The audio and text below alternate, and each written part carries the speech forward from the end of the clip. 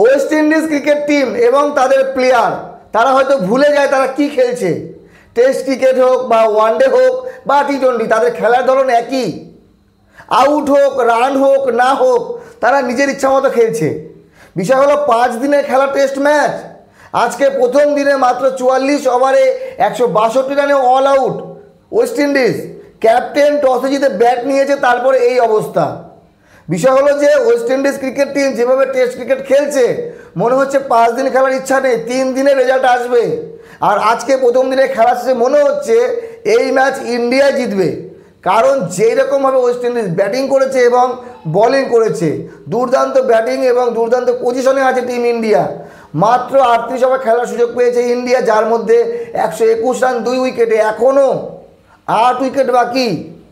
আর যদি 200 রানের লিড নিয়ে নেয় তাহলে ওয়েস্ট ইন্ডিজ ইনিংসে হারবে, এতটুকু এখনই মনে হচ্ছে। ওয়েস্ট ইন্ডিজ মাত্র 162 রানে অল আউট এবং ইন্ডিয়া 121 রানে 2 উইকেট। প্রথম দিনের খেলা শেষ। ইন্ডিয়া ভার্সেস ওয়েস্ট ইন্ডিজের প্রথম টেস্টের প্রথম দিনের শেষে এই মুহূর্তে মাত্র 41 রান পেছনে আছে টিম ইন্ডিয়া। নট আউট আছে কেএল রাহুল 53 রান 114 বলে এবং ক্যাপ্টেন শুভমন গিল 18 রান 42 বলে। জোরে একটা হাততালি আজকে দিতেই হয়। মোহাম্মদ সিরাজ 4 উইকেট নিয়েছে, 4 উইকেট। তার সঙ্গে জসপ্রীত বুমরা 3 উইকেট। অ্যাকচুয়ালি এই সিরাজ এবং বুমরা জুটি, এদের সামনে পুরো হাঁটু গেড়ে বসে পড়ে ওয়েস্ট ইন্ডিজের ব্যাটিং লাইন আপ।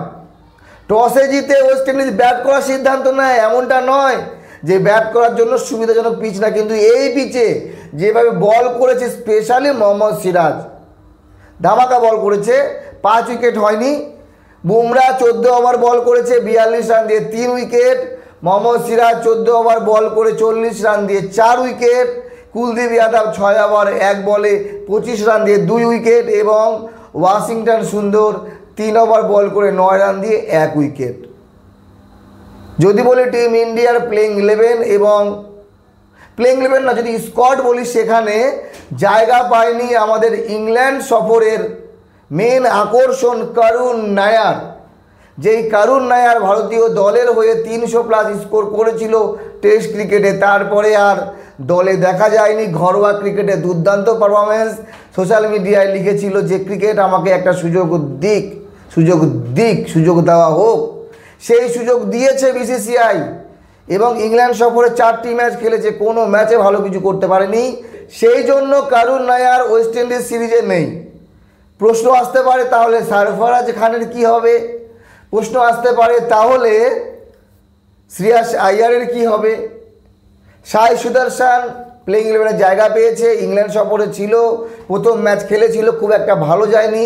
তারপরে তাকে বসিয়ে দেওয়া হয়, আবার চতুর্থ ম্যাচে হয়তো বা তাকে সুযোগ দেওয়া হয়েছে। তো সাই সুদর্শনের ট্যালেন্ট আছে। আজকেও খারাপ গেছে দিনটা, 7 রান 19 বলে। আরও একটা সুযোগ এই ম্যাচে পাবে। এই সিরিজে ভালো কিছু করতে হবে। আর একটা ম্যাচ আছে, 2 ম্যাচের সিরিজ।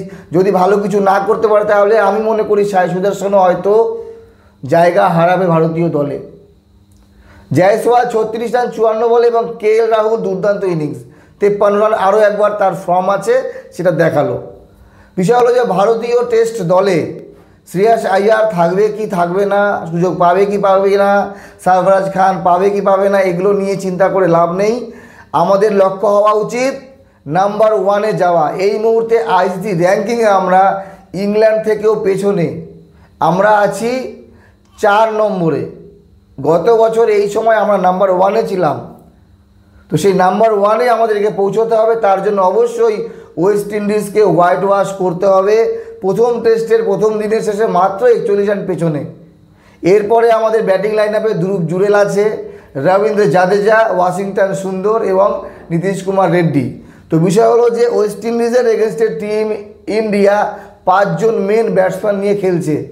এই মুহূর্তে টিম ইন্ডিয়ার স্কোর 121, মাত্র 41 রান পেছনে। যদি 300+ স্কোর করে দেয় টিম টোটাল, তাহলেই তো ওয়েস্ট ইন্ডিজ দ্বিতীয় ইনিংসে নেমে 150 রানও করার ক্ষমতা রাখবে না, কারণ যেই রকম বোলিং ইন্ডিয়া করছে। বাকি আপনাদের মতামত জানাবেন। 5 দিনের টেস্ট ম্যাচ, আমার মনে হয় ওয়েস্ট ইন্ডিজ 3 দিনেই শেষ করবে। সেই রকমই খেলা খেললো। ভালো থাকবেন সবাই, ধন্যবাদ।